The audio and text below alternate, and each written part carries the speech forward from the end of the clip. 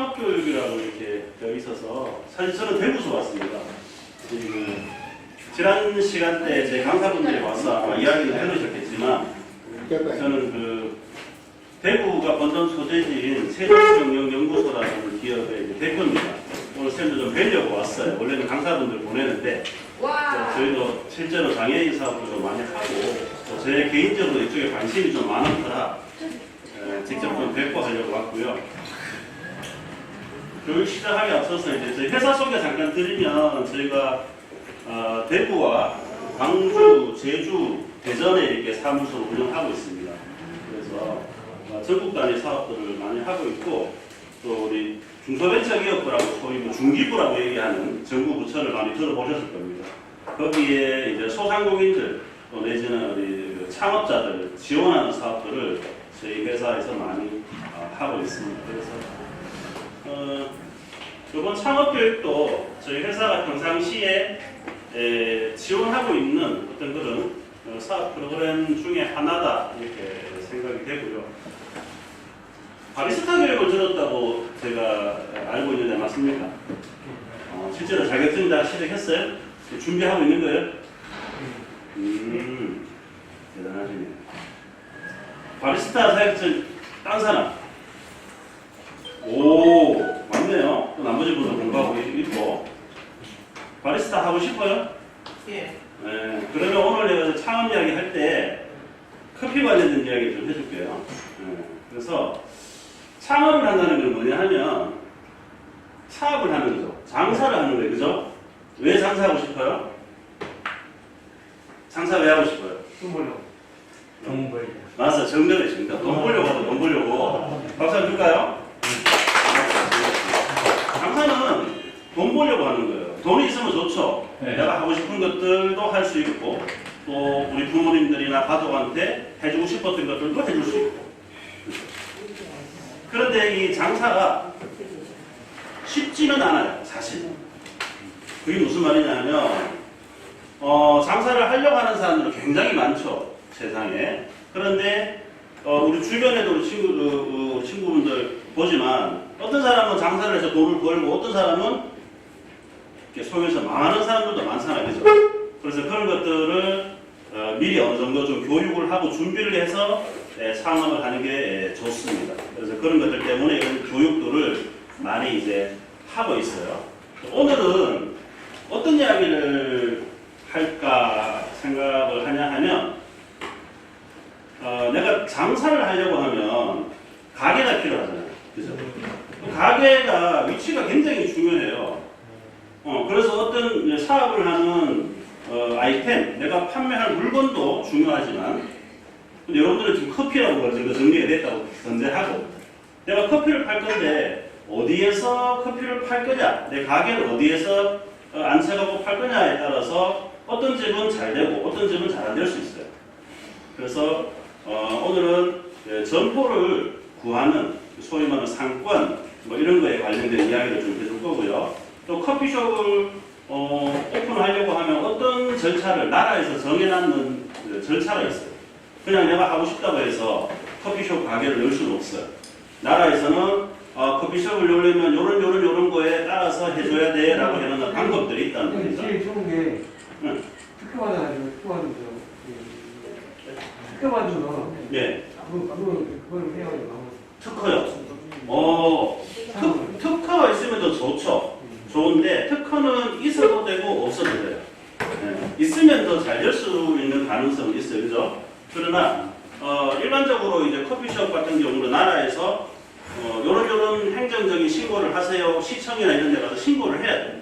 그걸 하지 않고 커피숍을 문을 열면 여러분들은 벌금을 낼 수도 있어요. 그래서 그런 거에 대한 이야기도 좀 해주고 할 테니까 참고를 하시면 되겠습니다. 자, 이제 정식으로 인사드릴게요. 저는 세종경영연구소 대표 이충구라고 합니다. 반갑습니다. 2시간 30분이잖아요. 40분 하고 10분 쉬고 40분 하고 10분. 조금 쉬는 시간 당기더라도 제가 최대한 빨리 맞춰드릴게요. 빨리 맞히는 강사가 유능한 강사 아니에요? 네. 대신에 제가 전달할 거는 다 전달해드려요. 네. 뭐 할 거 안 하고 중간에 건너뛴다는 얘기는 아닙니다. 자, 오늘 이야기할 내용들이에요. 이런 것들을 중심으로 이야기를 해볼까 해요.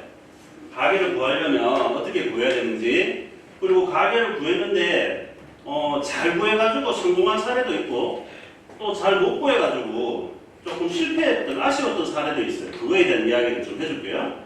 그리고 상권 분석 시스템이라고 해서 나라에서 운영하는, 예를 들면 이게 순천에 커피숍 지역의 평균 매출을 알 수 있는, 그리고 안에 몇 개의 매장이 있는지, 그리고 예를 들어 제가 지금 여기 이제 지리적 위치는 잘 모르겠지만 여기에 순천에 예를 들어서 뭐 시청 인근에 하루에 농인구가 몇 명인지, 그쪽 근처에는 얼마나 많은 인구가 살고 있는지, 이런 것들에 대한 데이터를 이 시스템을 통해서 다 알 수가 있어요. 창업하기 전에 이런 시스템을 통해서 미리 조사를 다 해보면 조금 더 가게를 구할 때 실패할 확률이 적겠죠.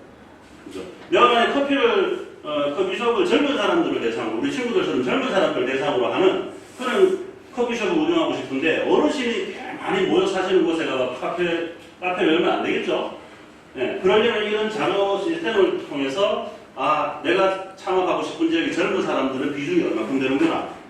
그리고 뭐 상대적으로 고령자는 이 정도 있구나. 이걸 알 수가 있어요. 그걸 보고 내가 원하는 지역으로 가서 창업을 하도록 도와주는 시스템이에요.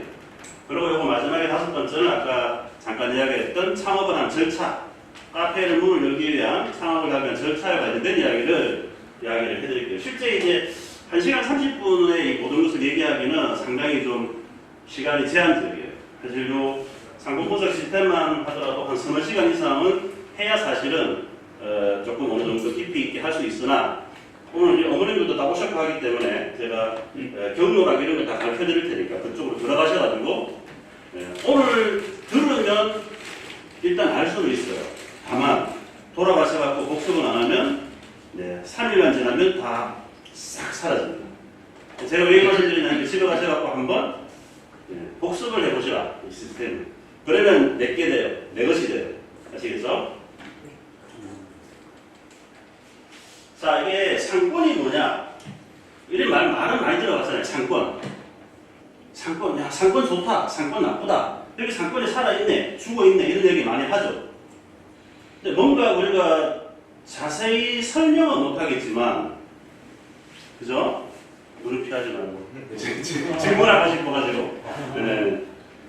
어머님, 상권이 뭐 같아요? 상권. 뭘 보고 상권이라고 하는 것 같아요? 점포가 있는 위치. 맞아요. 네. 이제 어머님은 뭐라고 생각해요? 그대 끄시면 맞다고. 맞아요. 똑같은, 앞에 분하고 똑같은 얘기입니다. 이게 상권이 뭐냐 하면, 이게 사전적 의미와 뭐 실무적 의미 이렇게 얘기하는데, 이렇게 정리하면 될 것 같아요. 다양한 점포들이 한 지역 안에 이렇게 모여 있어가지고 사람들을 이렇게 불러 모으는, 흡입할 수 있는 힘을 가지고 있는 지역. 순천은 어디가 제일 중심갑니까? 네? 전에도 있고 신대도 있고. 시내도 있고요. 말씀해 주셨는데요.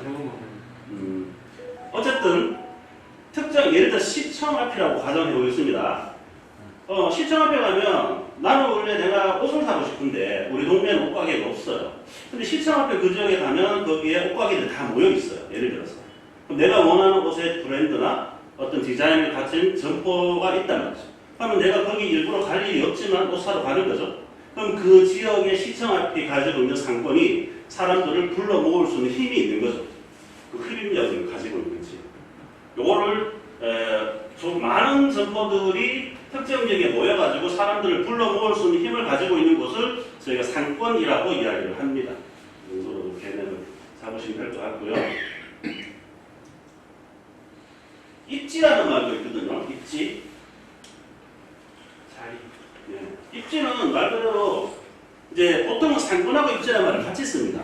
상권 입지. 지금 아까 우리 어머니 말씀하셨던 게 어찌 보면 입지의 개념이 더 맞아들어가는 설명이죠. 그래서 특정 점포들이 막 이렇게 위치하고 있는데 그 위치에 땅을 딛고 서 있는 자리, 그걸 입지라고 합니다. 이제 상권 입지는 조금 다른 개념이긴 해요. 그런데 보통 입지는 어떻게 표현하냐 하면 입지가 좋다 나쁘다 이렇게 얘기하죠. 근데 상권은 좋다 나쁘다도 이야기하지만 죽었다 살았다라고 얘기하기도 하잖아요. 입지는 죽었다 살았다 얘기하진 않죠. 왜냐면 이미 그 땅에 딛고 서 있는 자리 그 성격의 그 자체니까. 대신에 좋은 입지가 뭐냐고 얘기한다면 뭘까요? 어떤 입지가 좋은 위치가 될까요? 주변에 그 관계가 좀 많이 있고. 맞아요. 좋아요. 입지가 좋다는 거는 이런 거예요. 점포들이 여러 개가 있는데 우리 고객들이 내 점포를 더 쉽게 찾고 찾아올 수 있게 해주는 어떤 그런 환경들. 예를 들면 버스 승강장 앞에, 아니면 횡단보도 앞에, 아니면 은행 앞에, 영화관 앞에 이런 데 있죠. 어쨌든 많은 사람들을 불러 모으고 그 불러 모아진 사람들이 우리 매장으로 쉽게 들어올 수 있게 해주는 어떤 그런 환경들을 많이 가지고 있는 곳을 좋은 입지라고 합니다. 그러면 상권하고 입지가 둘 다 좋으면 가장 좋겠죠. 앞에 문을 열려고 하면. 상권도 좋고 입지도 좋으면 가장 좋잖아요. 베스트잖아요. 그런데 우리가 창업을 하다 보면 거의 대부분 돈이 부족해요. 내가 갖고 있는 돈을 가지고 다 할 수는 없단 말이죠. 그러면 경우에 따라서는 상권하고 입지 중에 뭔가를 하나 포기해야 되는 상황이 있어요. 내가 가진 돈에 따라서. 실제로 여기 뭐 시청 앞에 시내 제일 좋은 자리에 우리가 가가 계약을 하고 싶지만 돈이 없으니까 그럼 그보다 조금 나쁜 환경의 점포를 계약을 해야 될 수도 있단 말이죠. 상권을 포기하시겠습니까? 입지를 포기하시겠습니까? 둘 중에 하나를 포기해야 된다. 네? 자, 상권을 포기해야 된다. 네, 한번 입지를 포기해야 된다. 좋아요, 출발이. 맞아요. 상권이 틀린 건 아니에요. 그러나 정답은 없지만 상권보다는 입지를 포기를 하는 게 이게 우리가 돈이 한계가 있다면 돈이 넉넉하면 둘 다 맞는 데 가는 게 제일 좋지만 만약에 내가 돈이 부족하다고 한다면 상권이라는 것은 아까 사람들을 불러 모을 수 있는 힘이 있는 곳이잖아요. 그 상권 안에서 제일 좋은 자리에 들어가느냐 약간 못한 자리에 들어가느냐의 차이 그거거든요. 그런데 입지라는 것은 상권에 좋고 안 좋고에 대한 개념하고는 다른 거잖아요. 예를 들어서 순천만 습지 앞에 점포가 하나 있다고 가정해 볼게요. 거기에는 주중에는 사람이 없죠. 거의. 주말에만 들어가게 되잖아요. 그 안에서 아무리 좋은 횡단보도 앞에 위치에 가게가 있다 하더라도 거기는 그 지역 자체가 제가 그렇다는 건 아니에요. 그 지역은 모르기 때문에 예를 들어서 말씀드린 거예요. 그 지역에 계신 분도 오해하시면 안 됩니다. 그래서 예를 들면 그런 거죠. 그 지역 안에서 아무리 좋은 위치, 횡단보도도 있고 버스 승강장 앞에 위치해 있는 점포를 하더라도 주중에 사람들이 안 오는 그 지역의 특성이라면 입지가 아무리 좋아도 의미가 없다는 얘기예요. 네, 그래서 가장 베스트는 상권과 입지가 좋은 데 가는 게 베스트지만 만약에 둘 중에 하나를 우리가 어쩔 수 없이 포기를 해야 된다면 상권보다는 입지를 약간 아쉬움이 있더라도 임대료가 조금 저렴한 귀급지를 하는 게 낫죠. 장사가 잘 되고 예?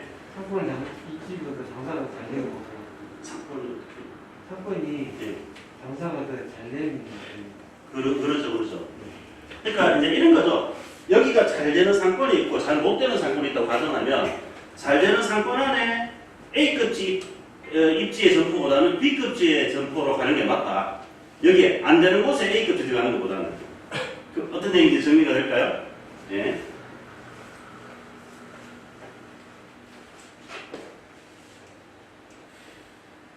근데 보통 우리가 상권이 좋다라는 데가 어디냐 하면 이런 세 가지 특징들을 갖고 있어요.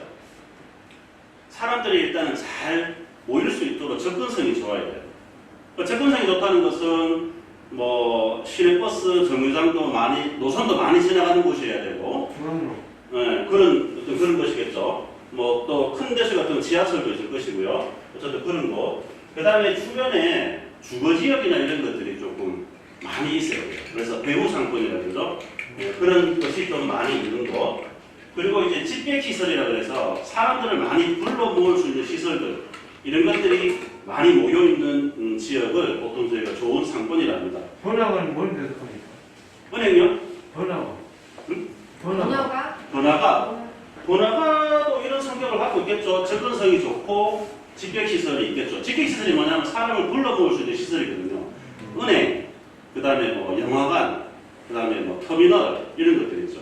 병원 이런 것들이 대표적인 집객시설입니다. 그래서 이런 것들이 골고루 모여 있는 지역이 좋은 상권의 이제 기준이 되는 거죠. 지금 방금 우리 선생님 말씀하신 것처럼 번화가라고 한다면 이 배우 상권보다는 이 두 가지 정도가 더 많이 있겠죠. 그것도 좋은 상권이라고 할 수도 있어요. 옛날에는 소위 말하는 시내 중심 지역 하나만 상권이 집중되어 있었습니다. 그러나 요즘은 주거 지역이 이제 막 외부에 많이 생기죠. 외곽 지역에 아파트들이 많이 들어오면서 그게 부실권이라고 해서 그쪽도 많이 이제 발달이 되고 있어요. 그래서 요즘 창업을 할 때는 사실은 원래 그 지역이 갖고 있는 중심 지역 상가에 들어가는 것보다는 부심권에 들어가는 것도 나쁘지 않다. 만약에 우리 커피를 하는 카페 같은 경우는 부심권, 주거 지역을 배후로 하고 있는 지역에 들어가는 것도 괜찮다는 거죠. 그러다 보니까 이제 도시들이 보면 기존에는 굉장히 그 활성화됐던 중심 상권들이 쇠퇴하게 되는 거예요. 외곽 주거 지역 부심권 상권에 막 사람들이 뺏기는 거죠. 그 사람들이 이제 시내까지 안 나오는 경우가 많다는 거예요. 그 도심 공동화라고 얘기를 하는데 그런 현상들이 실제로 많이 일어나고 있습니다. 자, 우리가 커피를 팔 거예요. 커피를 팔 건데 그러면 어떤 상권에 들어가야 돼요? 자, 여기는 전동시장 입구예요. 전동시장 입구. 여기는 사실 군산입니다. 군산 수저역 주거리예요. 제가 출장 가서 찍어놓은 건데, 자, 전동시장 안, 여기는 대구 팔달시장이라는 유명한 시장입니다. 큰 규모가 큰 전동시장이고, 군산에 있는 여기는 우리 순천만 습지랑 비슷한 환경을 가진 곳이에요. 네. 그리고 여기는 대도로변역. 만약에 이 세 군데 중에 커피로 창업을 하시겠다면 어디로 가시겠어요? 뒤에는 3번. 1번 여기 가겠다. 전동시장 안에서 내가 카페를 하겠다. 손 들어보십시오. 없어요? 자, 두 번째. 여기 순천만 습지 같은 환경에 가겠다. 세 분. 마지막에 대도로변 주거지역. 예, 도심 제일 많아요. 좋습니다. 네. 자, 다 맞아서 수도 있고 틀려서 수도 있어요.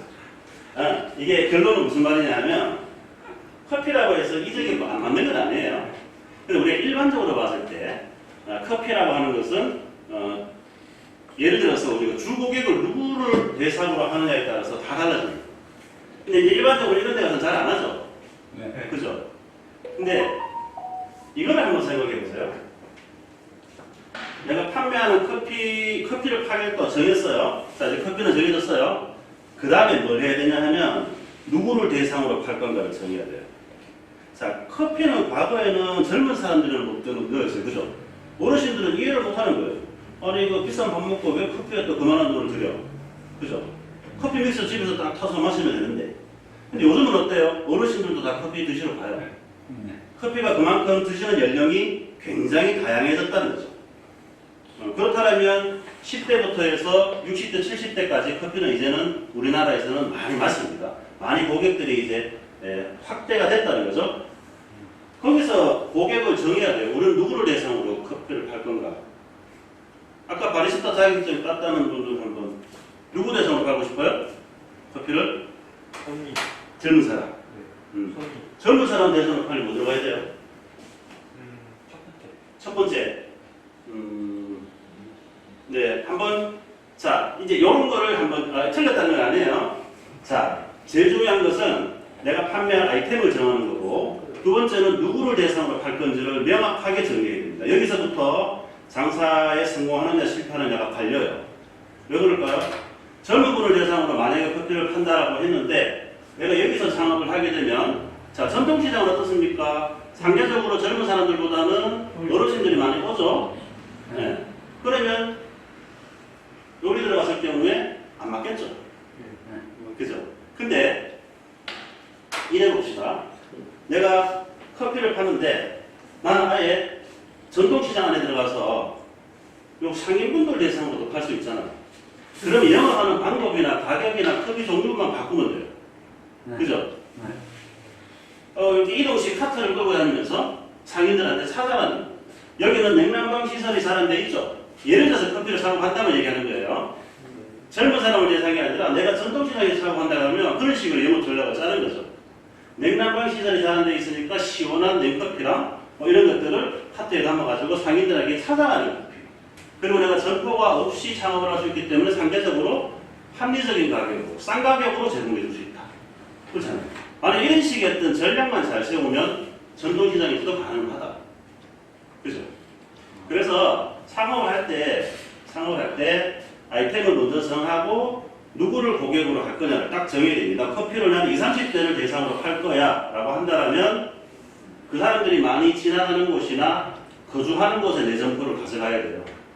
그게 성공의 첫 번째입니다. 그걸 위해서는 상품 분석을 할 줄 알아야 돼요. 해봐야 됩니다. 그래서 주고객을 딱 정하고 나면 모든 게 다 바뀝니다. 자, 내가 20, 30대를 대상으로 커피를 팔겠다고 정했으면 인테리어 매장 환경도 다르죠. 그죠? 좀 더 밝고 테이블 간격도 넓히고 음악도 젊은 사람이 선호하는 어떤 그런 음악도 틀고 매장 운영 컨셉을 그렇게 맞출 거 아니에요.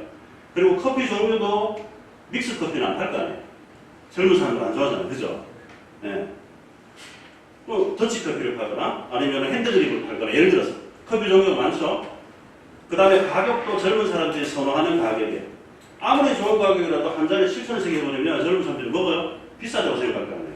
하면 젊은 사람들이 선호하는 지불할 수 있는 수준의 가격을 정리할 수 있고 그 다음에 또 홍보 방법도 달라지죠.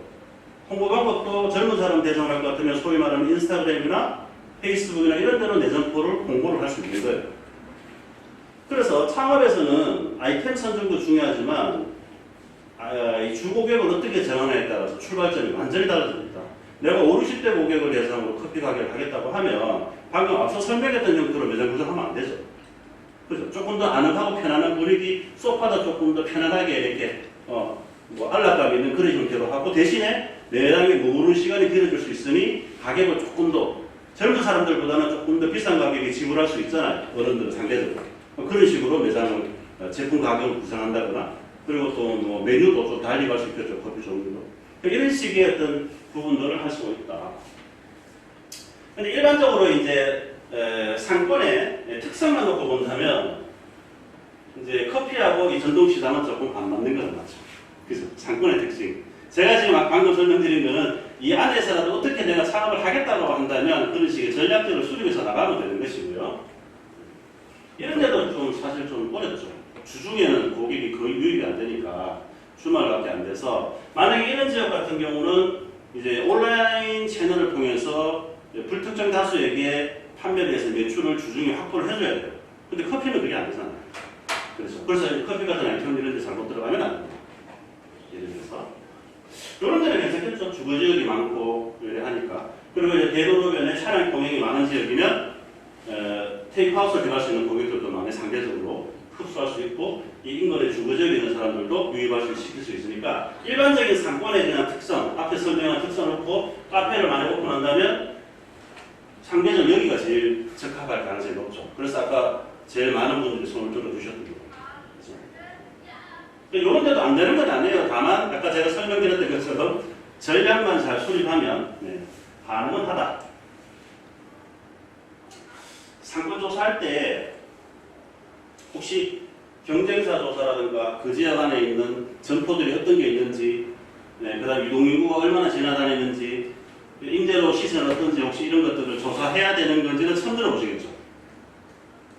처음 들어보실 거예요. 맞아요. 왜냐하면 우리가 보통 가게를 구할 때 어떻게 구하냐면 여기도 지역에 그 생활정보지가 있나요? 거기를 보거나 아니면 이제 지역에 아는 부동산 중개업자를 찾아가서 빈 가게를 찾거나 내지는 현수막 길에 붙어 있는 거 보고 찾아들어가서 점포를 구하는 게 일반적입니다. 그런데 상품 분석을 통해서 그 지역이 가지고 있는 내가 카페가 경쟁업체가 몇 개 있는지, 그죠? 그 지역 안에 어떤 점포들이 있는지, 유동인구는 몇 명이 지나다니는지 이런 것들은 조사가 먼저 이루어진다면 내가 여기 들어가는 게 좋을지 안 좋을지 1차적인 판단이 가능하다는 얘기예요. 근데 보통 아까 우리가 일반적으로 점포 구하는 것을 들어가 찾아보면 그 지역에 대한 이해가 굉장히 낮은 상태에서 창업을 하기 때문에 실패할 가능성이 높아진다. 이 경쟁사 조사를 정말 신경 쓰셔야 됩니다. 내가 만약에 시청 앞에 카페를 한다고 가정하면 시청 앞에 가서 카페가 몇 개 있는지를 알아보는 걸로는 부족해요. 보통 제가 여쭤보면 가보니까 경쟁업체 몇 개 있던데요까지를 대답하시는 선생님이 계시는데 그것도 안 한 것보다는 좋지만 그걸로는 부족하다. 더 자세하게 해야 됩니다. 매출이라든가 아니면 손님이 하루에 몇 명 들어가는지를 조사를 다 해야 돼요. 왜 그럴까요? 창업하면 돈이 다 들어가잖아요. 내 돈. 또 내 돈만 들어가나요? 은행에서 돈 빌리죠. 지인들한테 돈 빌리죠. 잘 내야 되잖아요. 안 되어버리면 그게 다 빚이 되는 건데. 근데 이 경쟁업체들은 나한테는 어찌 보면 굉장히 좋은 선생님이에요. 고마운 존재들이죠. 내보다 그 지역에서 먼저 사업을 하고 가게를 운영하고 있으니까. 잘 되면 잘 되는 대로, 못 되면 못 되는 대로 우리가 배울 점이 분명히 있다. 그리고 매출을 확인하는 방법 중에 정말 작정하고 들어가면 과거에 저는 그렇게 했습니다. 제가 과거에 크라운 베이커리라고 혹시 아세요? 크라운 혜택그룹의 계열사 거기 근무했었어요. 기획팀장으로 근무를 했었고 그때 당시에 90년대 초반에 하루 일평균 80만 원 아니면 개선을 안 시켰어요. 이미 상공부서 시스템을 갖고 있었던 회사입니다. 그때 지금처럼 온라인을 통한 조사 방법들이 없었습니다. 직원들이 이제 상공부서 교육도 받고 현장 나가서 다 이제 직접 오프라인 조사를 했죠. 어떤 방법까지 쓰냐면 경쟁업체 베이커리사에 들어가는 고객수 카운팅을 다 합니다. 직원 2~3명에서 붙어서 거의 영업시간 내내 주중, 주초, 주말, 월말, 아침 저녁 다 합니다. 잠복해서 이렇게 네. 하나요? 그렇죠. 계속이 딱 들고 왜 그러냐 하면 물론 이게 직영전 들어가거나 이렇게 좀 의사결정을 고도화할 때 하는 거긴 했지만 해야 됩니다. 그래 보내면 매출이 어느 정도 나옵니다. 한 달에 한 6일 정도 아까 말한 그런 특징으로 해서 딱 체크를 해보면 계절적 변수가 있지 않은 이상은 평균적인 매출이 나오죠. 케이크박스가 몇 개 나오는지 알 수 있잖아요. 케이크박스 그냥 빵 봉투도 크기에 따라서 대충 가격이 나오죠.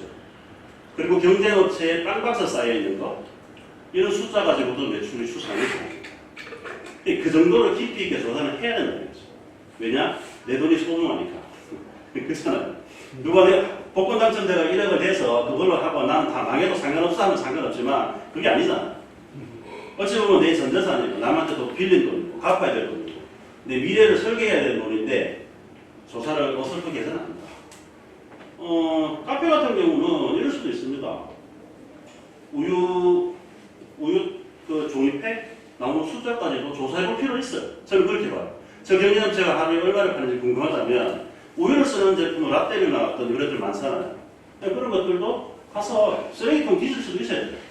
그 정도까지. 파스타집은 생크림을 하루에 얼마나 쓰는지, 생크림 우유곽이라든지, 토마토홀 깡통 숫자 같은 거, 쓰레기통 뒤지면 분리수거에 나오면 다 나옵니다. 그 정도는 해야 돼요. 저는 하기를 바래요. 저희들 창업하신다면. 실제로. 그냥 프랜차이즈라 해서, 만약에 내가 프랜차이즈 창업을 한다 해서 본사에 다 알아서 해주겠지, 천만에. 본사는 가맹점 하나 더 내는 게 목적이에요. 아까 제가 말씀드렸던 크라운 베이커리처럼 하루에 80만 원의 매출이 회사에서 판단해서 안 되면 창업을 안 시켰던 그런 브랜드들이 지금은 저는 잘 없다고 봅니다. 프랜차이즈 분들 아쉽게도. 또 냉정하게 말하면 본부는 손에 절대로 안 봅니다. 매장이 이미 여기 10개가 있고 하나 여기도 개설하면 개설 수익이 나는 것 같이 본사는 손해를 안 봐요. 그렇기 때문에 혹시라도 프랜차이즈를 창업하시더라도 본사는 믿지 마라. 결국 모든 그 책임은 계약서에 사인한 대표님들 몫이고 그 정도의 어떤 경쟁사 조사는 철저하게 하셔야 된다. 강조를 드리고 싶고요. 업종 분포 조사는 왜 해봐야 되냐 하면 그 지역에 있는 정보들을 쭉 적어보시면 이 지역이 내가 생각하고 있는 주 고객들하고 맞는지 안 맞는지 판단할 수가 있어요. 안 되면 저기 노트에 약도 그리듯이 지도 그려갖고 점포수 이렇게 점포 이름 적어 나가는 방법도 됩니다. 그렇게라도 해보셔야 돼요. 유동인구는 이제 주 고객을 맞는지 안 맞는지 알 수 있잖아요. 여기도 저희가 그 조사를 양손에 개수기 이쪽 들고 직원이 2명이서 계속 돌아가면서 남녀, 성별, 젊은 층, 나이 든 사람 이런 식으로 해서 카운팅해서 다 저희도 조사를 했었고요. 임대료 조사, 또 부동산 중개조 다 다니면서 했습니다. 자, 그런데 요즘 어때요? 요즘은 상표조사 할 때 과거처럼 제가 방금 말씀드린 건 정말 몸으로 띄우는 조사인 거죠.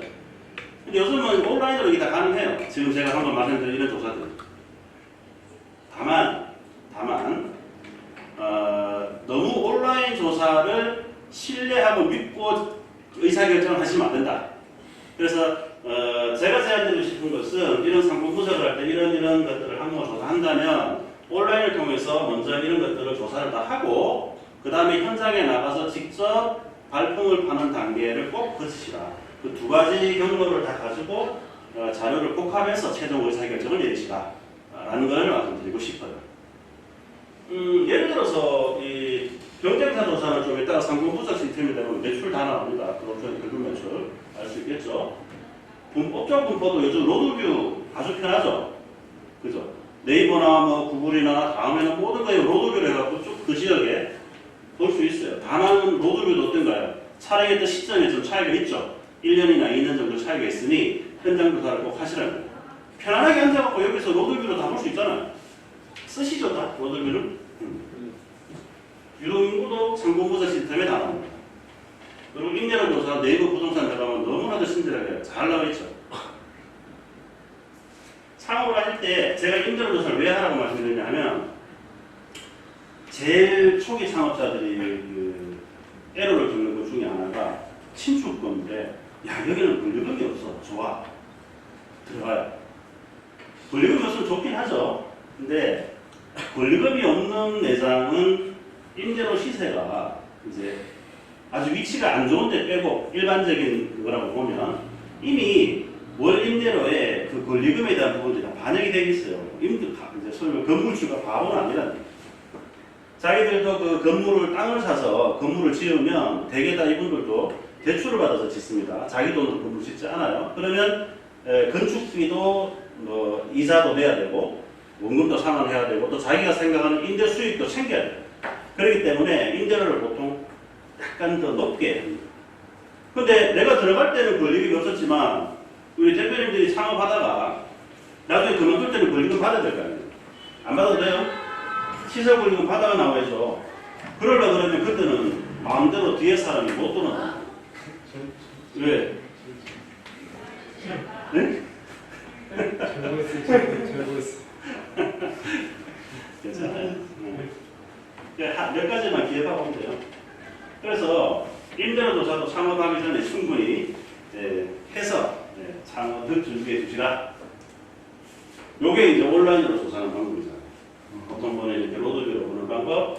요렇게 요런 파란색으로 된 데가 이제 로드뷰 이렇게 나오죠. 그 위성으로 보는 모습이 다 나오죠. 요게 이제 인구에 대한 부분 다 나오죠. 그럼 한번 보여줘 볼까요?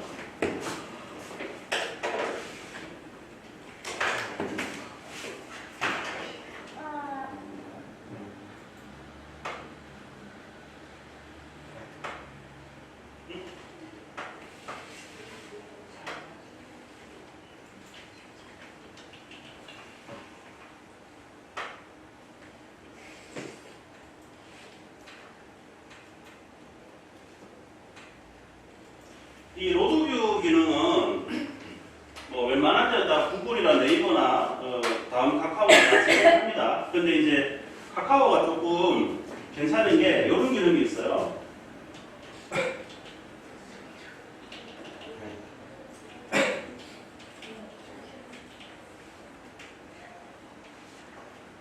자, 여기 순천 시청 쪽을 좀 볼게요. 자, 여기서 보면 이게 로드뷰잖아, 그죠? 파란색으로 보여지는 게 이제 보여주는 거죠.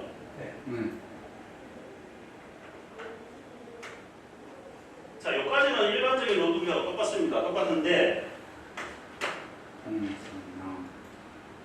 여기 상단에 촬영 시점을 누르면 여기 21년 12월에 촬영한 거예요. 그죠? 여기 나오죠. 그런데 이거를 이렇게 과거의 모습하고 현재를 비교해 볼 수 있어요.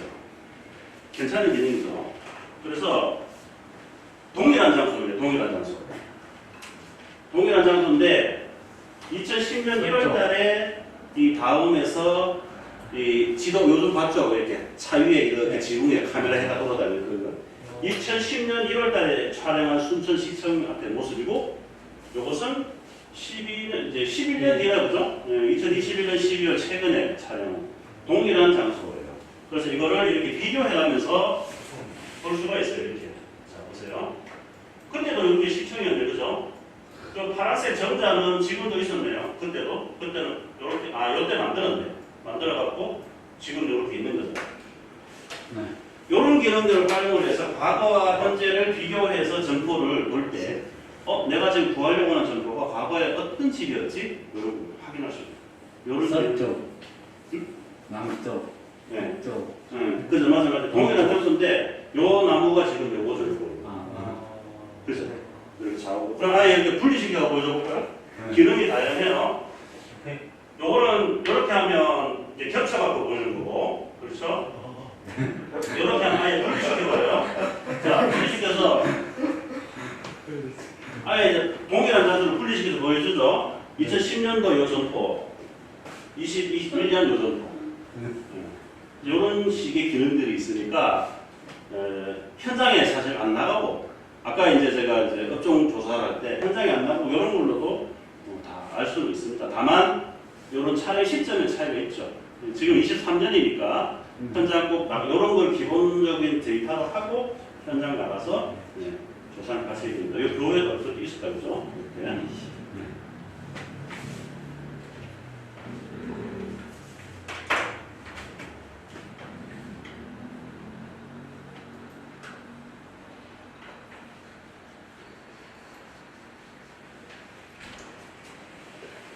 가게 구하는 게 쉬울 것 같아요? 어려울 것 같아요? 어려울 것 어렵게 맞아요. 쉽지 않아요. 실제 창업은 어려운 창업이거든요. 어려운 창업. 그 무슨 말이냐 하면 굉장히 고민하고 심사숙고하고 한 이후에 결정을 해요. 그냥 나 내일부터 창업할래 하고 딱 계약하면 안 된다. 가게 구할 때는 차분만 더 있다 칩시다. 네. 가게 구할 때는 가게 전면이 좀 큰데 4m 이상. 요즘 가게 전면이 좁아요. 가게 크기가 넓이가 넓은 매장 그리고 코너 매장이 좀 더 좋고요. 입구에 계단 있는 매장은 선택하면 안 돼요. 가급적이면. 뭐 어쩔 수 없으면 할 수 없지만 비교해가 딴 매장을 선택할 수 있으면 계단 있는 매장은 어려워요. 왜 어려워요? 계단 있는 매장은? 계단 있으면 왜 힘들까요? 계속 보았죠. 어린아이들, 반려동물, 또 어르신들, 또 휠체어 네. 이런 이용할 수 있는 고객들이 접근이 좀 어려움을 겪겠죠. 그렇기 때문에 이왕이면 계단이 없는 매장이 좋고 또 사람들이 퇴근하는 길 쪽에 붙어있어야 돼요. 점포가. 퇴근하는 쪽에 점포는 뭐냐 하면 아침에 우리 여러분들 여기 센터에 올 때 이렇게 올 때 내 오른쪽에 인도죠. 오른쪽에 인도죠. 왼쪽에 차도니까. 네. 오른쪽에 있는 점포들이 출근할 때 나오는 점포들, 출근길 라인인 거예요. 나올 때. 근데 여러분들 집에 갈 때는 또 반대가 되죠? 네. 반대로 네. 집에 올라갈 때 오른쪽에 있는 점포가 퇴근길 라인이죠. 네. 이렇게 생각해 보세요. 출근할 때, 학교 갈 때, 아니면 센터에 올 때 뭘 사야 되면 아침은 좀 마음이 급하잖아요. 네. 근데 집에 갈 때는 왠지 편하죠. 네. 집에 갈 때는 뭐 이거 좀 살까? 이런 결정도 할 수 있고 살려고 들어갈 수도 있는 거예요. 그래서 가게 구할 때는 반드시 퇴근하면서 그리고 횡단보도가 있어야 되고 주차도 가능해야 되고 그리고 점포의 방향도 중요해요. 이건 우리 어머니도 잘 알아요. 어느 동향이 좋아요, 서향이 좋아요, 남향이 좋아요, 북향이 좋아요. 남향. 그죠? 우리 어른들 100% 남향 선택할 것 같은데 남향이 왜 좋을까요? 해가 나. 하루 종일 해를 가장 많이 쏠 수 있잖아요. 점포는 달라요. 그러니까 집은 햇볕이 하루 종일 많이 들어오면 좋지만 점포는 꼭 그렇진 않죠. 만약에 점포 앞에 쇼윈도우 외에 우리가 가죽 제품 신발을 직렬해가 파는 데라면 해가 들어오면 어떻게 됩니까? 가죽 다 터져버리죠, 상품이. 그럼 앞에다 신문을 덮어놓거나 이렇게 실제 그런 일이 나갑니다. 그래서 업종에 따라서는 오히려 해가 덜 드는 것을 선호할 수도 있다. 해가 들어버리면 블라인드 내려야 돼요. 내려버리면 매장 안에 안 보이고 이런 사람들이 많기 때문에 그런 것들. 그 다음에 경사로 매장도 조금 피해야 된다. 여기까지 하고 쉽시다. 10분만 쉴까요? 네. 쉽시다.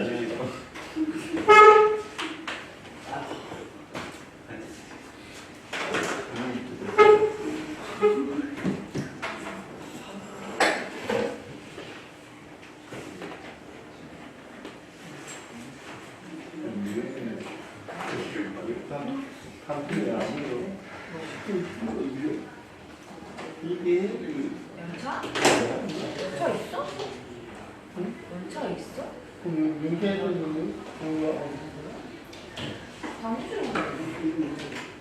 방송이나 아이들이 아주 좀 이런 좀 물렸거든.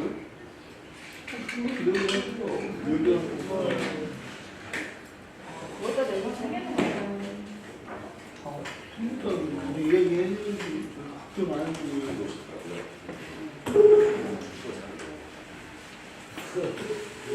우리 나 이야기하잖아.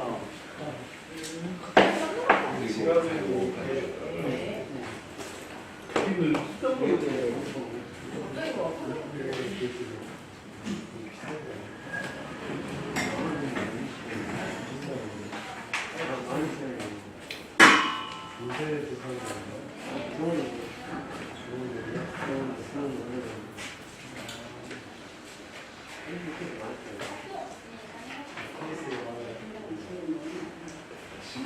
갑자기 뭐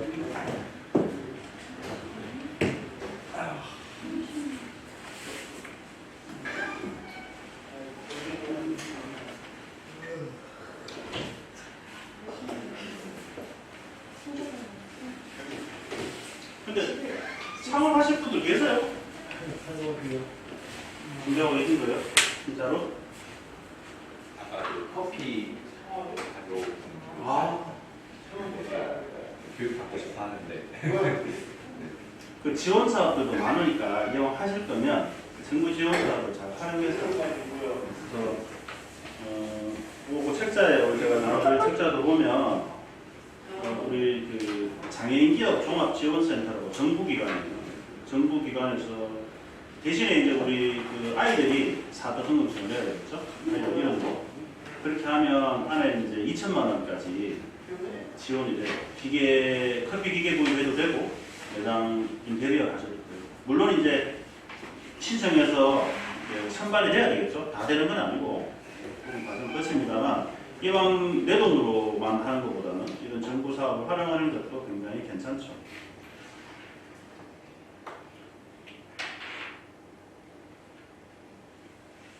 카페는 뭐 지역마다 업종마다 좀 차이는 있는데 프랜차이즈를 하면 기본적인 매출은 가져갈 수는 있어요. 그러나 이제 투자 비용이 너무 많이 든다는 것도 있고 어차피 그 어머니들 생각하시는 카페는 그냥 소규모로 그냥 자그만하게 인건비보다 조금 더 플러스 알파 이 정도 생각하시는 거 아니에요?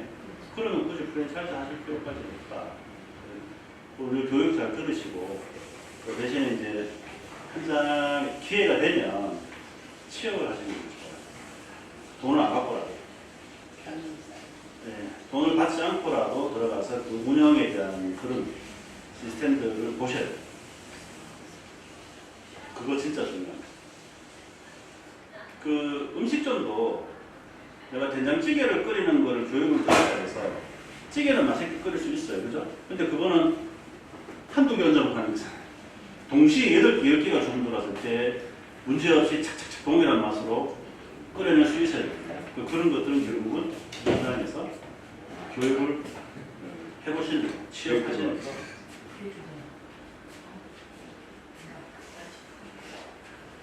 내년에 커피 먹으러 오면 됩니까?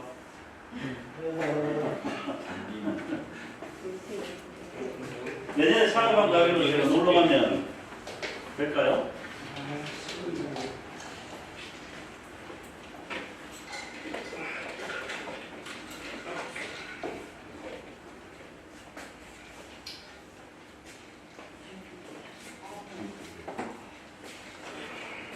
(45분에) 시작하고 5분 일찍 맞춰드리면 될까요? 아, 네. 그죠? 선생님 어떻습니까? 10분 쉬는 시간인데 45분에 시작하고 5분 일찍 시작하고 5분 일찍 맞춰드립니다. 그죠? 네. 좋습니다.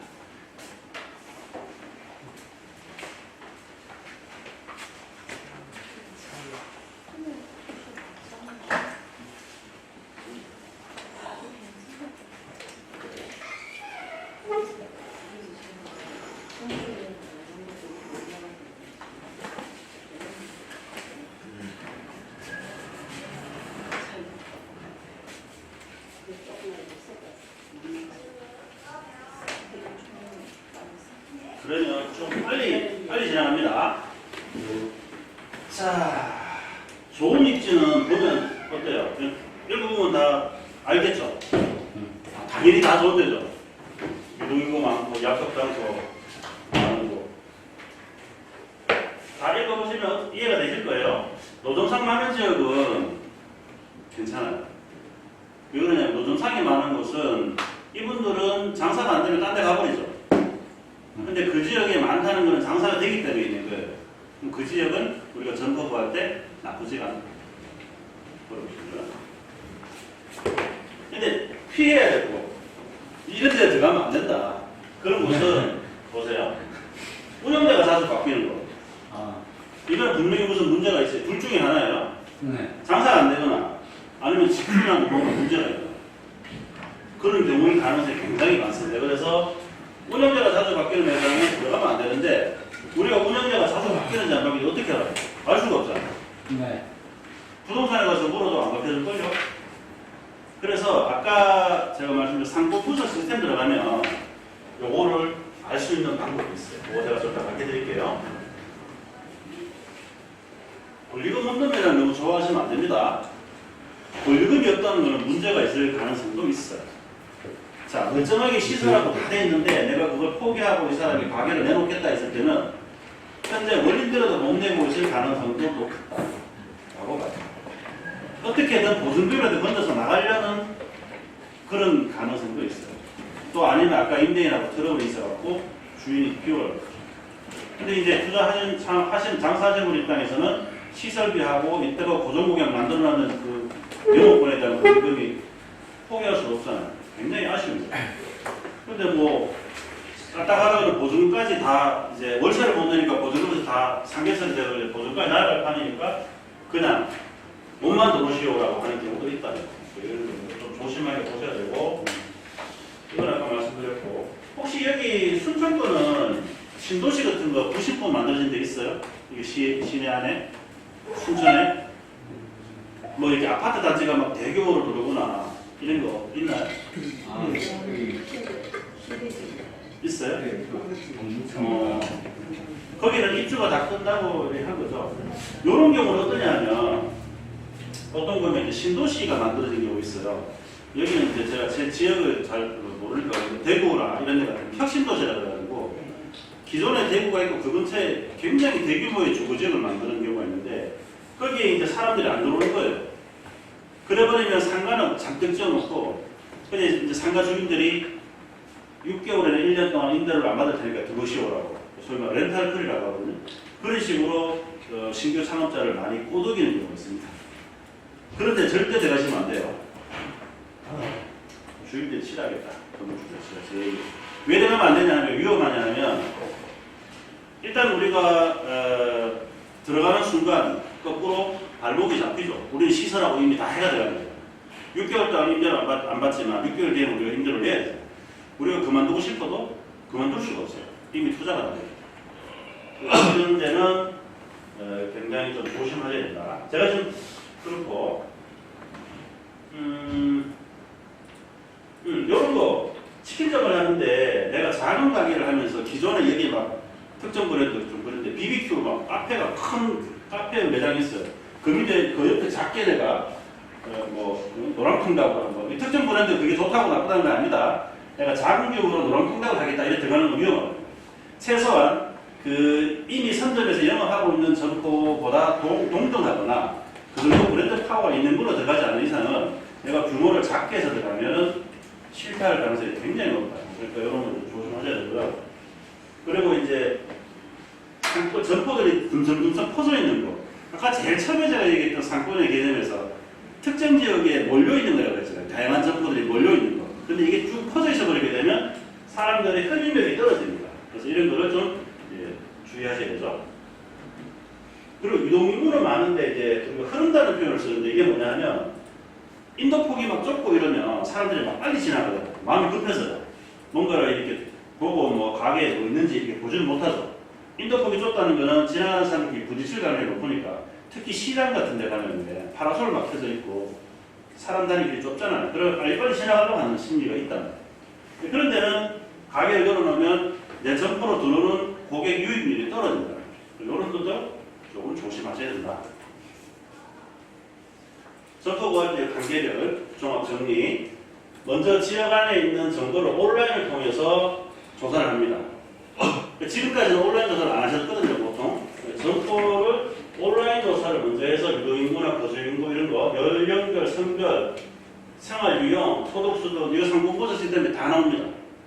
이걸 갖고 먼저 지역에 대한 정보를 순천시청합회라고 가정하고 그 지역에 있는 정보를 싹 다 조사를 한 다음에 그 점포 안에 그 지역 안에 있는 이제 상권 분석, 상권 입지도 조사 이제 지도를 만드는 거예요. 지도 만들어가지고 횡단보도 위치라든가 뭐 병원 위치나 이런 것들을 거기다가 표시를 해봅니다. 표시해보고 나서 아까 말한 직객 시설이 많은 곳에 좋다고 그랬잖아요. 뭐 버스 정거장이라든가 그럼 그런 쪽에 내가 갈 점포들을 현장 나가서 조사해갖고 표시를 해보는 거예요. 부동산에 가서 나 여기 들어가고 싶은데 여기 점포 있을까요? 그럼 그 부동산 중개업소가 추천해주면 그런 자리를 표시를 하는 거고요. 보통 한 3개에서 4개 정도를 선택을 합니다. 그 지역 안에서. 그 다음에 이제 비교 분석을 해야 되겠죠. 비교 분석해가지고 내한테 가장 맞다고 판단되는 것에 계약을 하면 되는데 요거도 지금 굉장히 어려워해요. 타당성 분석. 말은 그럴싸해 보이는데 너무 어려워. 손익 계산도 해야 돼요. 이거 상권 분석 시스템에 들어가면 다 있어요. 숫자만 딱딱딱 집어넣으면 계산 자라락 해서 딱 보여줍니다. 그래서 이제 필요성을 느꼈는데 못했던 어떤 그런 부분들을 이런 시스템을 보면 가능하니까 잘 활용을 해보시기 바랍니다. 이 상권 분석 성공 사례입니다. 제가 제일 처음에 그 말씀 드렸잖아요. 상권하고 입지 중에 둘 중에 하나를 포기해야 되면 어디를 해야 됩니까? 라고 했을 때 우리 많은 선생님들이 입지를 포기하겠다고 했죠. 여기도 입지를 포기했어요. 결론적으로. 돈이 없었어요. 이분도. 네. 상권은 이제 포기하지 않았고 입지를 후수드리는 거죠. 여기 제주도예요. 서귀포. 자, 요게 뭐냐 하면 브런치 카페입니다. 브런치 카페는 이렇게 간단한 식사 대용, 소위 말하는 아점으로 이렇게 먹는 간단한 그런 음식들 파는 곳이죠. 그리고 커피나 음료도 팔고. 브런치 카페인데 밑에 사진 한번 보세요. 여기 보면 주택가죠. 그죠? 브런치 카페는 우리가 일반적으로 생각했을 때 좀 젊은 사람들이나 여성들 이런 사람들이 많이 먹을 것 같은데 여기 보면 할머니도 지나가시고 요 자리거든요. 요 자리. 로드뷰 좋은 자리. 할머니도 지나가시고 심지어는 건물이 그냥 일반 단독주택지예요. 여기랑 안 맞는 거 아니에요? 그래서 해줄 수 있죠. 그래서 입지는 뒤로 뺐다니까. 이분은 제주도 서귀포에 있는 매장인데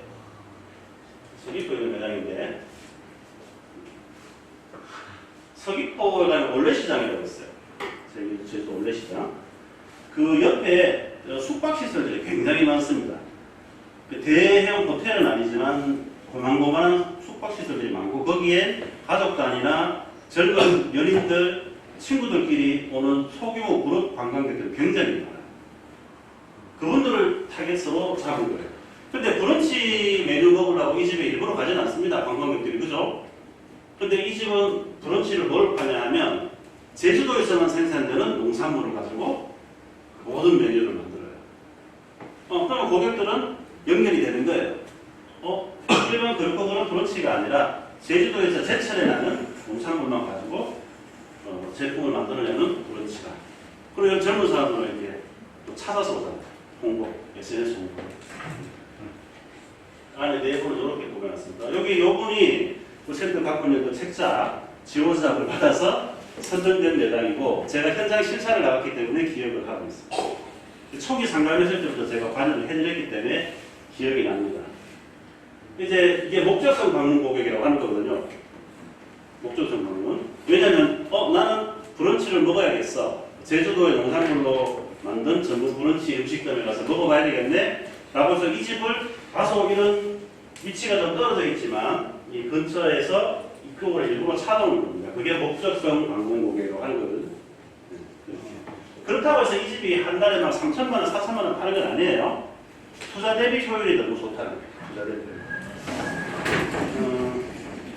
이 집의 사장님이 누구냐 하면 우리 친구들하고 같아요. 그래서 실제 대표이기도 하고 그 부모님들이 두 분이서 이제 직원으로 근무해요. 그 집에 이제 따님이 대표입니다. 실제 장도 다 보러 다니시고 부모님이 옆에서 도와는 주지만 직접적인 그 경영에 대해서는 그 따님이가 해요.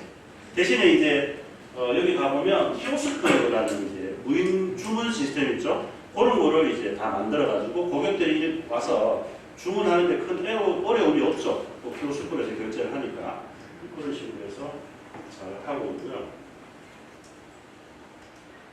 실패했던 사례는 뭐냐 하면 여기는 제주시입니다. 제주시. 아까는 서귀포시였죠? 여기는 제주시고요. 위치가 이게 대로변이 이렇게 있고 대로변에서 꺾인 소방도로 안에 이렇게 있어요.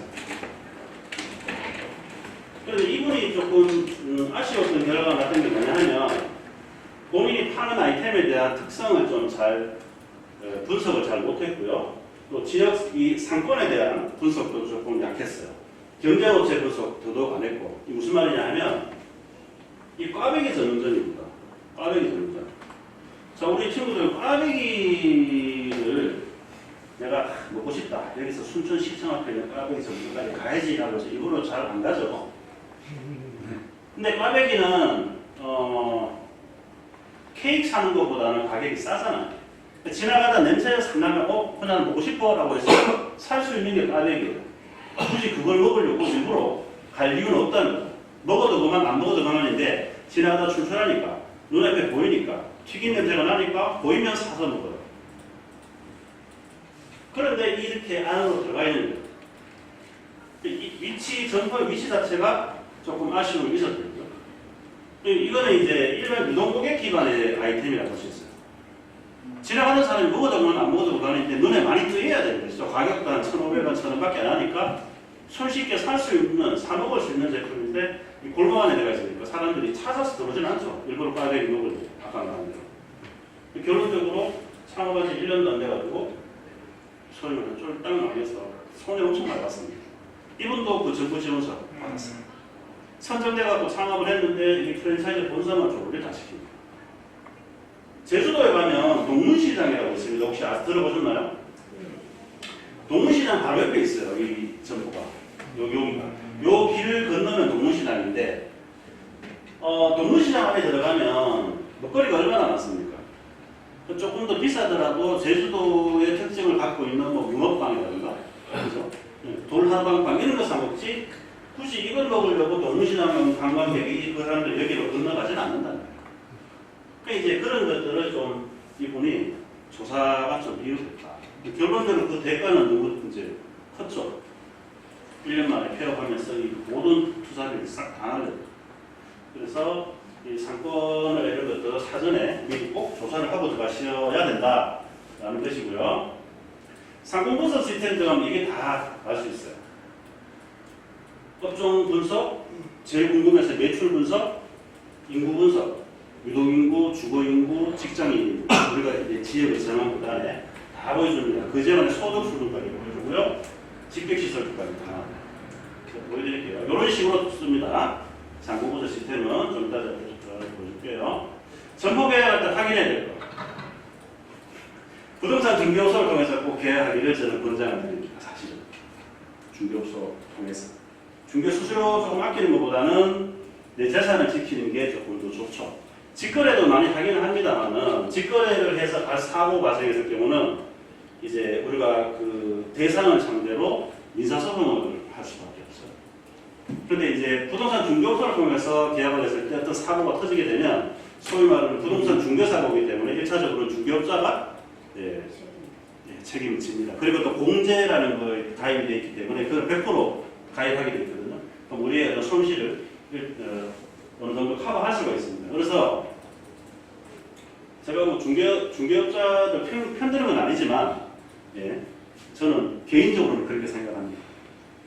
경로를 통해서 이야기해 놓고 만약에 이제 그런 경로가 아니라 직접 하시거나 하더라도 이 서류들을 등기부등본이라고 보통 하죠. 등기부등본. 이거를 반드시 계약하는 당일날 발급받은 거죠. 사고가 어떻게 터지냐면 한 달 전에 발급받은 등기부등본에 소위 말해서 근저당, 압류나 근저당, 소위 말해서 재패 먹었다 이렇게 표현하죠. 그런 것들이 거기에 이제 등기부등본에 다 표시가 되는데 한 달 전에는 깨끗해요. 그래가 이제 먼저 보여주고 나서는 그 다음에는 이제 은행 가고 막 근저당 설정해서 돈을 다 빼버립니다. 물론 그거는 사기죠. 사기인데 나중에 미사소송을 걸어서 소송을 제기할 수는 있지만 우리가 얼마나 힘이 들어요. 네, 그걸 해갖고 다시 차서오고 하는 과정이 너무나도 힘들기 때문에 사전에 계약을 한다고 하면 반드시 계약하는 당일날 내일이 9월 2일이다 하면 9월 2일 오전 11시에 계약합시다 라고 하고 오전 10시쯤에 이걸 발급을 받아보시면 돼요. 그렇게 깨끗해야 깨끗할 겁니다. 그런 걸 준비하시고 반드시 소유자하고 직접 계약을 해야 됩니다. 간혹가다 부부 공동명의 있죠. 5대5 남편 지분 50% 와이프 50%. 근데 보통 계약할 때 남편이 대신으로 와이프도 같이 들고 왔어요. 아 집사람이 어디 갔다. 그런 경우에 엄밀히 말하면 평상시에는 아무 문제가 없어요. 근데 만약에 두 사람이 이혼하려고 준비하고 있었다라고 가정해 봅시다. 와이프는 난 동의한 적 없습니다. 내 신랑이 그냥 부담을 들고 와서 계약한 거니까 이거 인정 못함 라고 하면 인정 못해요. 왜 그러냐면 과반 이상의 지분을 갖고 있어야 돼요. 단독으로 계약을 하거나 건물 관리액을 하거나. 과반은 뭐냐 하면 51%예요. 50%는 과반이 아니라는 거예요. 그래서 부부 공동명의 건물에 잘못 걸려버리게 되면 그런 사고가 생깁니다. 조심하셔야 되고요. 건물 계약 내용 같은 거, 특히 이제 특약사항 이런 거 잘 확인하시고 계약하십니다.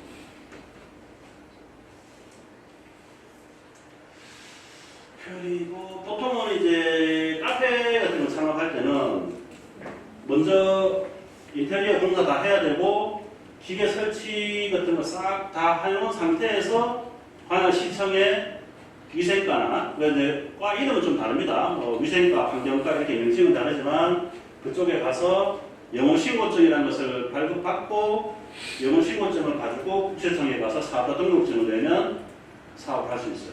그런데 이 영업신고증을 받지 않고 바로 사업을 하게 되면 식품위생법이나 관련 법규 위반으로 처벌을 받거나 과태료를 부르게 되죠.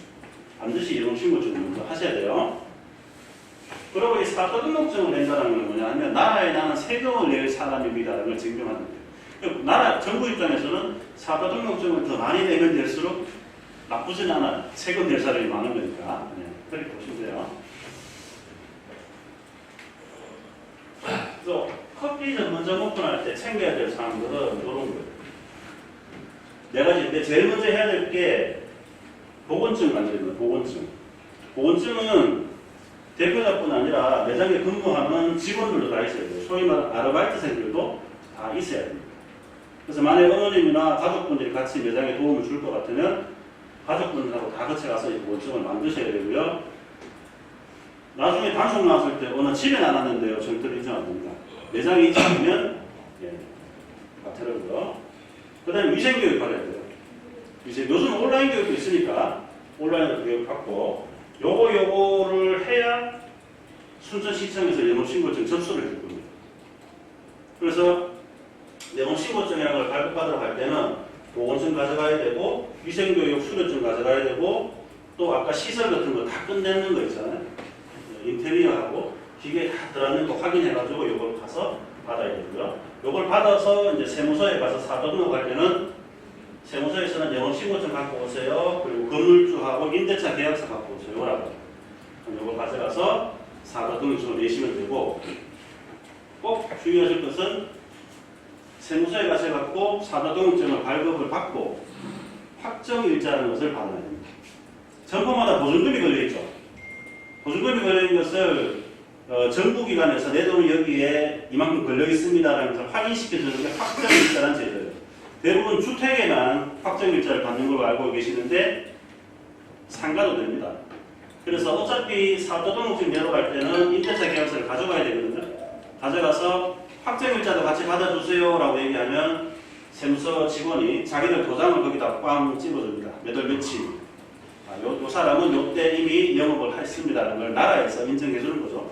그러면 그 안에 있는 보증금을 나중에 건물이 경매가 되거나 어떤 문제가 생겼을 때 우선적으로 변제받을 가능성이 있다. 꼭 챙겨 놓으시고요. 우리 카페는 휴게음식점이에요. 그래서 영업신고 옵션입니다. 상당히 괜찮죠. 가볍게 신고만 하면 되는 거고, 어떤 거는 뭐 지정, 면허, 뭐 등록, 허가 밑으로 갈수록 좀 더 이제 점점 더 까다로워지겠죠. 우리는 휴게음식이다. 휴게음식하고 일반 음식하고 차이. 밥집은 보통 일반 음식점이죠. 휴게음식점. 슈퍼. 이거 알건데 진짜 참금도거든요. 휴게음식점하고 일반 음식 차이죠. 그게 지금 과자 같은 거 좀 팔고. 과자. 네. 일반 중에 일반 식당. 맞습니다. 밥집. 맞아요. 가장 큰 차이는 뭐냐 하면 여기다가 플러스 술. 술을 팔면 일반 음식. 술을 안 팔면 휴게 음식. 카페에 술 안 팔잖아요. 커피점 요즘 술 안 팔죠. 그거 차이예요. 술을 파냐 안 파냐. 들어보시면 되고. 자, 이제 그 상품버스 시스템 제가 보여드릴게요. 한 가지 보여드리고 잘 맞습니다.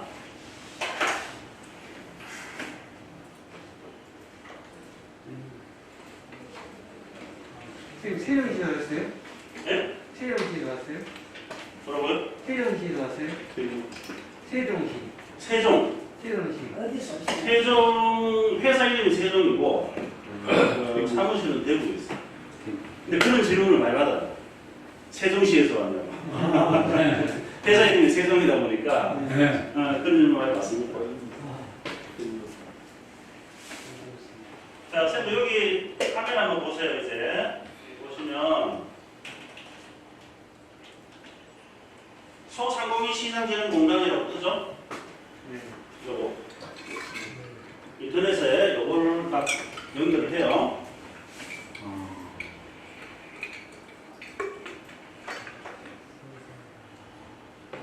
이렇게 나와요, 그죠? 요 위에 소상공인 24 붉은색으로 보이죠? 네. 요거를 누르면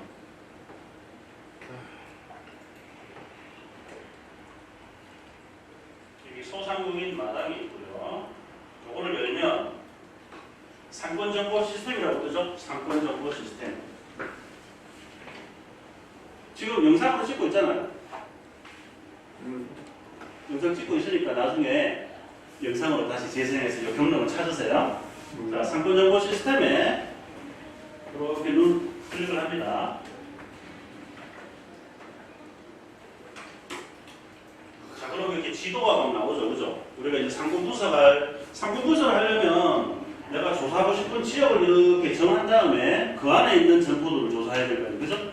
그래서 지도를 먼저 보여줘요. 간단해요, 사실은. 여기 보면 간단 분석이 있고 상세 분석이 있는데, 뭐 우리가 상세 분석이 좀 더 자료를 많이 보여줄 것 같을 거예요, 그죠? 상세 분석을 선택하면 됩니다. 그런데, 자, 여기 아까 왜 그 얘기 했었죠? 여기가 좀 중심지인가요? 아까 왜 그 얘기 했잖아요.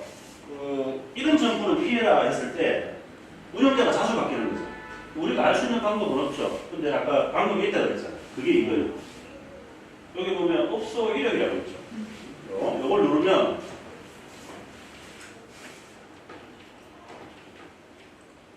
자, 파란색하고 빨간색 풍선이 막 열렸어요.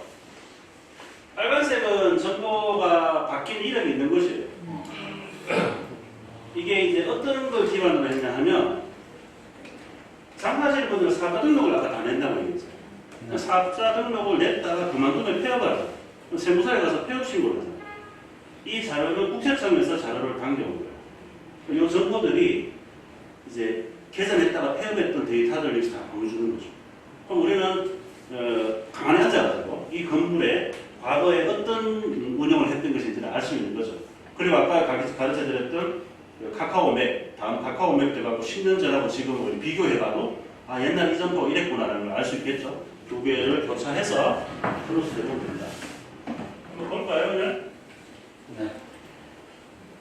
여기 보면은 PC방이 있었네요. 17년에 오픈했다가 2020년에 29개월, 2년 조금 더 하고 폐업했어요. 그 순돌이 모바일 그 휴대폰 통신 판매업 같은데 66개월. 이 정도 했으면 오래 한 거예요. 보통 24개월 이내가 조금 문제예요. 24개월은 보통 2년이라는 게 2년이면 보통 상가계약은 2년 단위로 보통 이루어지기 때문에 2년 남짓하고 그만뒀다는 거는 이분이 큰 재미를 못 봤다는 거예요. 가능성이 높아요. 그죠? 이렇게 상대적으로 뭐 이제 오래 했다라고 하면 아 그래도 이 사람이 재계약을 해서 갔구나. 그죠? 이런 것만 봐도 여기도 오더킥. 근데 이거 그거네요. 퀵 서비스. 2년치 안 하고 폐업했네요. 이 건물은 조금 제가 봤을 때는 큰 재미가 없는 곳인 것 같은데 위치상으로. 어쨌든 여기 보니까 이 로타리 쪽이 좀 중심지역 같긴 해요. 보시면 자 보세요. 16년에 오픈을 하고 있고 23월에 오픈했네요. 지금 BYC 로타리점이 110개월을 했어요. 상당히 오래 했다는 얘기죠. 근 10년간 하고 있다는 거예요. 그러면 이제 아까 저희가 저 로타리 앞에 그래도 사람들이 많이 다니고 인지도가 많이 있는 곳인 것 같아요. 괜찮죠? 여기도 2004년 오픈에 아직 하고 있잖아요. 계속 하고 있다는 얘기는 뭐냐 하면 그래도 뭔가 안정적으로 수익이 창출과 예술 가능이 높다. 이런 걸로도 유추가 가능한 거죠. 그래서 이런 기능들을 좀 활용을 하시고요. 한 번 누르면 풍선이 생기고 한 번 더 누르면 없어집니다. 이렇게 알아보시면 되고. 자, 상세 분석을 누르려고 하면, 우리가 분석을 해보려고 하면 이렇게 로그인을 하라고 합니다. 이 소상공인 시작되는 국면은 정부에서 운영하는 공공기관이기 때문에 회원가입 하셔도 전혀 문제가 없습니다. 그리고 이 소상공인 시장진흥공단 자체가 이 장사하시는 분들을 지원하는 곳이에요. 이 안에 지원사가 굉장히 많습니다. 우리 코로나 지원금 다 여기서 든 거예요. 소상공인 시장진흥공단. 그리고 왜 전통시장, 온누리 상품권 이런 거 있죠. 다 여기서. 그리고 장사하시는 우리 대표님들 정책자금 빌려주는 것도 다 여기서. 그래서 여기는 하나 숨은 회원가입해서 들어가서 홈페이지만 찬찬히 뜯어봐도 굉장히 많은 정보를 알 수 있다. 이렇게 보시면 되고요. 일단은 상품 분석을 하려면 로그인을 해야 되는데 회원가입은 알아서 하세요. 알아서 하시고 이제 로그인을 해야 돼요. 일단.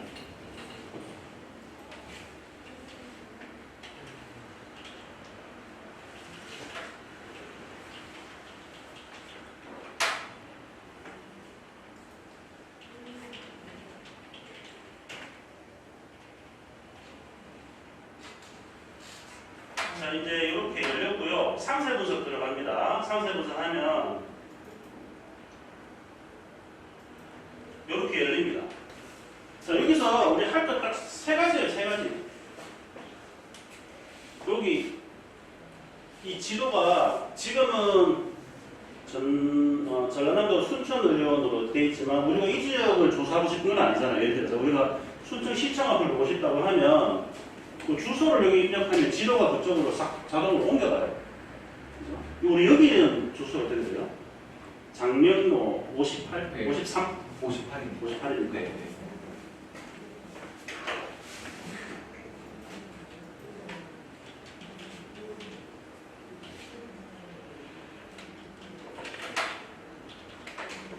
자, 장면로 58하니까 여기 지금 지도가 옮겨갔죠? 여기 맞나요? 우리 매장 위치가 순천문화원 네, 네, 맞습니다. 여기 여기죠. 지도가 옮겨갔어요. 자, 그 다음에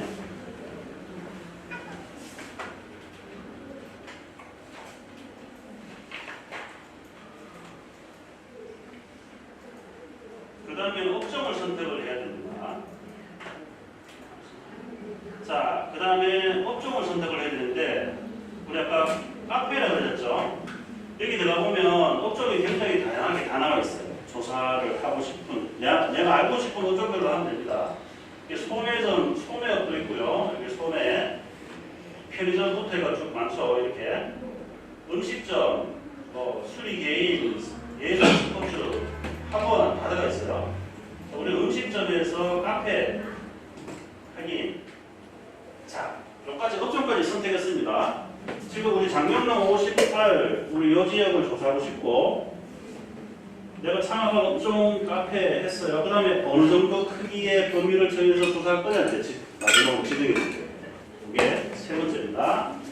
자, 여기 보시면 요 상권 분석하는 거를 클릭을 하면 범위를 어떻게 정할 거냐 이렇게 이제 원형으로 하는 거는 이렇게 하는 거예요. 이렇게 최대 1.5kg까지 이렇게 범위를 줄 수 있어요. 그냥 이렇게 한번 해볼까요? 그러면 이렇게 하고 마우스를 좌클릭을 하고 분석을 눌러주면 방금 우리가 손을 이렇게 끄었던 원형 안에 있는 카페에 대한 정보를 다 분석을 해서 보여줍니다. 한 가지 좀 시스템 좀 느려요. 그래서 인내심을 조금 요하니까 그거는 컴퓨터가 안 좋은 게 아니라 이 안에 굉장히 뭐 국세청, 카드사 굉장히 많은 곳의 정보를 지금 가져와야 되기 때문에 조금 시스템이 느리긴 합니다. 그래서 과거보다는 빨라졌어요. 다 됐네요, 그죠? 자, 한번 볼까요?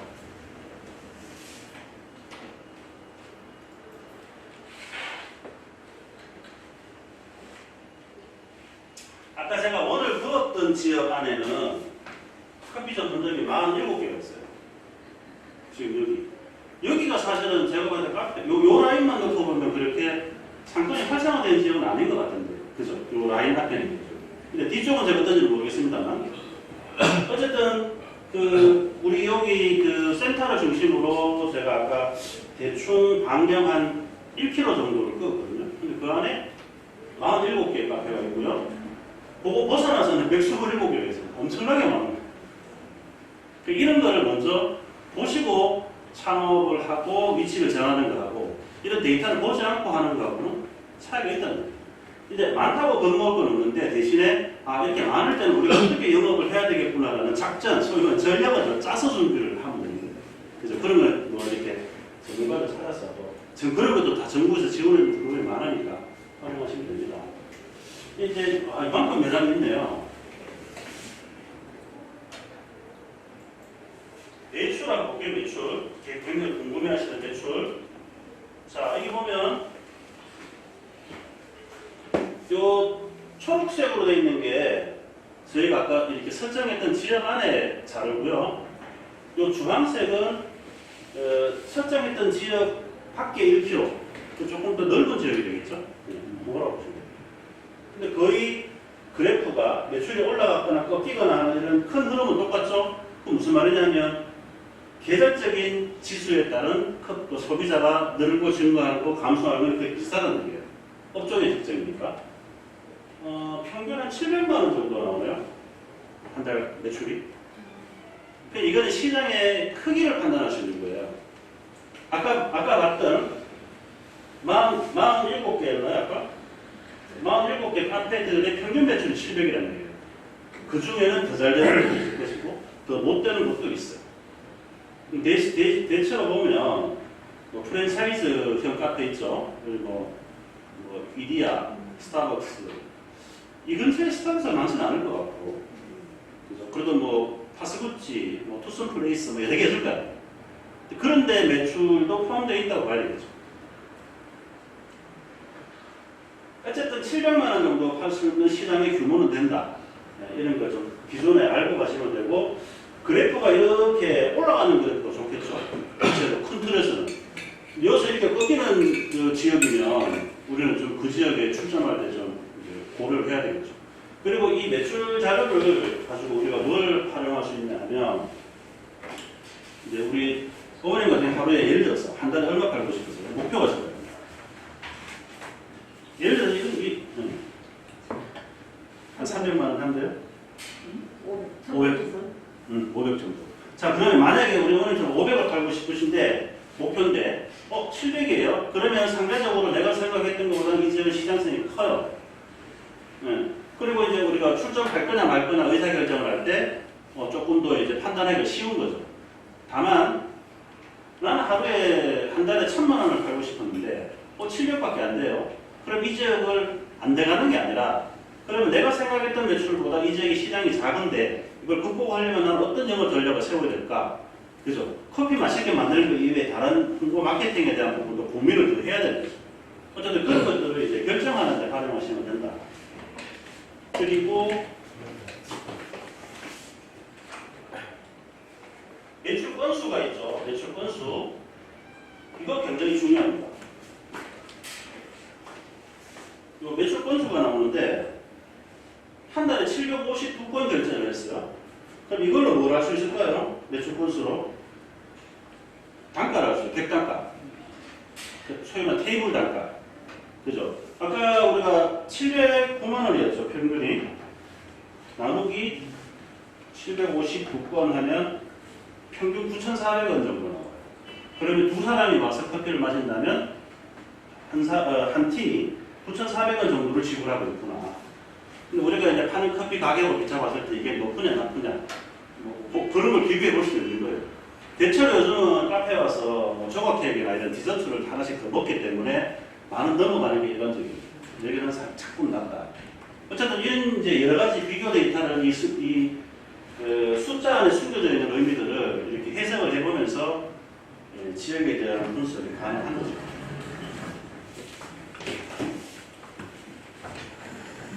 그리고 밑에 이제 이것도 나오죠. 매출 분석하고 시간대별, 요일별 분석. 아까 왜 제가 앞에 말씀드렸던 이런 것들이 다 이 자료로 보여요. 주중주말 5대5. 보통은 주거 지역이 많은 지역은 주중에 매출이 높아요. 여기는 거의 비슷하네요. 운영하는 사람 입장에서는 비슷하게 제일 낫죠. 그 다음에 시간대별로도 나오고요. 앞에니까 점심시간대, 점심식사 후에가 제일 높네요. 그럼 인력 투입하거나 이런 거 할 때도 이런 데이터를 기반으로 해서 집어넣으면 좋죠. 연령대별도 한번 볼까요?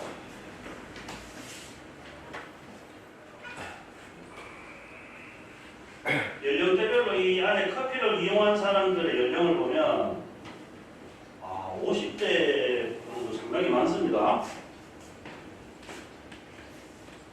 이제 아까 우리가 카페를 어디서 창업하느냐에 따라서 달라진다는 이런 거예요. 전통시장에서는 카페가 안 되는 건 아니잖아요. 주고객을 누구로 특정하냐에 따라 달라지는 거고, 지금 이 지역 안에서 커피를 사드신 분들은 제일 많은 분들이 30대입니다. 두 번째가 50대예요. 굉장히 제가 봤을 때 이건 의미가 좀 있는데요. 일반 젊은 사람 대상으로 하는 지역의 커피숍은 아니다. 고객으로 봤을 때. 그러면 유동인구도 아마 연관성이 있어 나오겠죠. 바로 다음이 이제 인구 분석이거든요.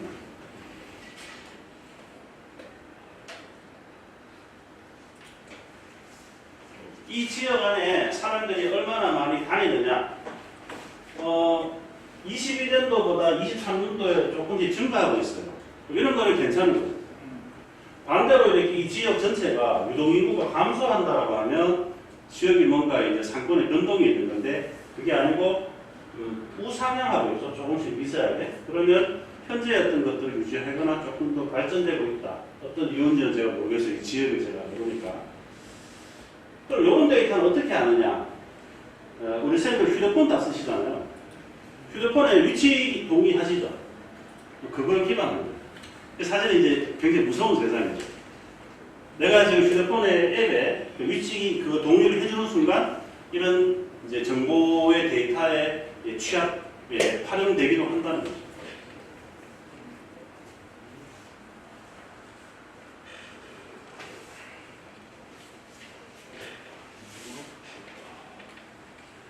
지금 이제 유동인구 보시면 아까는 커피를 사드셨던 분이 연령대였고요. 여기는 이 일대를 다니시는 분의 유동인구 성별의 연령대별. 남자분보다 여성분들, 남자분들 조금 더 많네요. 살짝 높고 50대 분들하고 60대 이상 분들이 제일 많이 다녀요. 아까 왜 커피 사드셨던 분들 연령대가 50대 분도 높았죠. 그거랑 이제 연결이 되는 데이터다. 그래서 여기 모르신다. 이 근처가 혹시 단독주택입니까? 네. 그런 일반적으로 아파트 지역보다는 단독주택지에 고령자분들이 많이 거주하시죠. 원래 그런 주거 환경을 선호하시기도 하시고 오래전부터 터잡아가 사용을 하고 오셨기 때문에 그런 것들이 이제 반성이 되는 거죠. 월화수목금 거의 뭐 비슷하게 흐름을 보이고 있고요. 시간대별로는 아침 시간대, 이거는 출퇴근 시간대라 이 시간대가 가장 높게 나올 수밖에 없어요. 출근 시간대와 퇴근 시간대. 이 상권분석 시스템은 이렇게 보여줍니다. 주거 인구는 많지는 않은 것 같아요. 아까 저희가 선을 그었던 것은 4,000명 남짓이시고 많지는 않아요. 이게 여기서 말하는 소득은 근로소득만 있는 건 아닙니다. 소위 말하는 월급만 있는 게 아니라 뭐 이렇게 기타 소득이나 임대소득이나 이런 여러 가지가 합쳐져 있는 부분들이라서 여기 보면 저전동이라는 곳은 주거인구인당 월평균 230만 원에서 269만 원 사이.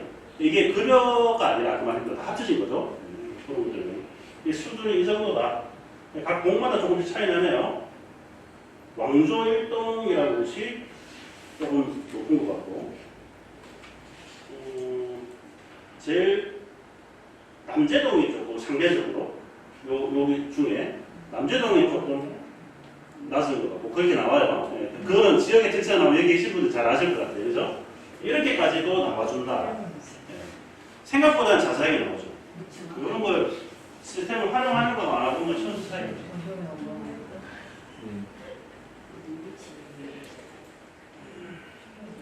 여기는 이제 세대수 차이도 있고요. 그리고 주거 환경, 아파트냐 아니면 뭐 단독주택이냐 이런 것도 지금 다 여기 행정안 정보 자료까지 갖고 있는데, 그래서 이런 시스템을 우리가 사전에 활용을 해서 지역에 대한 분석을 해갖고 그 지역에 점포 참여하고 의사결정을 내리는 거하고 이런 과정을 깡그리 모르는 상태에서, 사실 이때까지는 몰랐던 게 당연한 거잖아. 있는지조차를 모르시니까. 근데 이제 이런 것들을 사전에 조사를 해보고 분석을 해보고 하는 거하고는 창업에 대한 성공률이 차이가 날 수밖에 없지 않겠는가라고 보여주고, 시간이 이제 다 돼가지고 맞아요. 5분 일찍 맞춰주면 되겠습니다. 시간이 1분 뽑아냈습니다. 이 정도로 제가 일단 보여드릴 건데, 혹시 뭐 궁금하시거나 한 게 있으시면 제가 명함을 저기 우리 강사님한테 드려놨으니까, 그리고 아마 다음번에 오는 강사분한테 물어보셔도 돼요. 다음 주에 오는 그 여자 강사분도 이런 부분을 굉장히 잘 아시는 분이니까 제 여자 강사분이어서 물어보시고, 창업을 만약 하시게 된다면 모쪼록 좀 도움이 되셨으면 좋겠고, 어려운 창업을 광고는 관리를 어떻게 해야 되나요? 예? 광고는 관리를 어떻게 해야 되나요? 단골, 고객 관리. 다음 주에 오는 분이 그 부분 얘기해 줄걸요? 제가 오늘 다 붙들고 있으면 이거 하니까. 고객 관리는 기본 원칙은 그거예요. 신규 고객은 고정 고객화 시켜야 되고, 고정 고객은 떨어져 나가지 않게 이탈 관리 방지. 그게 가장 큰 목표입니다. 그 안에 이제 해나가야 되는 것들 여러 가지 있겠죠. 어쨌든 어려운 창업 하셔야 돼요. 어려운 창업. 쉽게 의사결정해서 가지 마시고, 고민을 거듭해서 창업을 하셔야 돼요. 왜냐하면 창업 시장은 너무 안 좋습니다. 근데 그렇다고 하지 말라는 얘기는 아니에요. 하시되 의사결정은 신중하게. 아시겠죠? 네. 고맙습니다.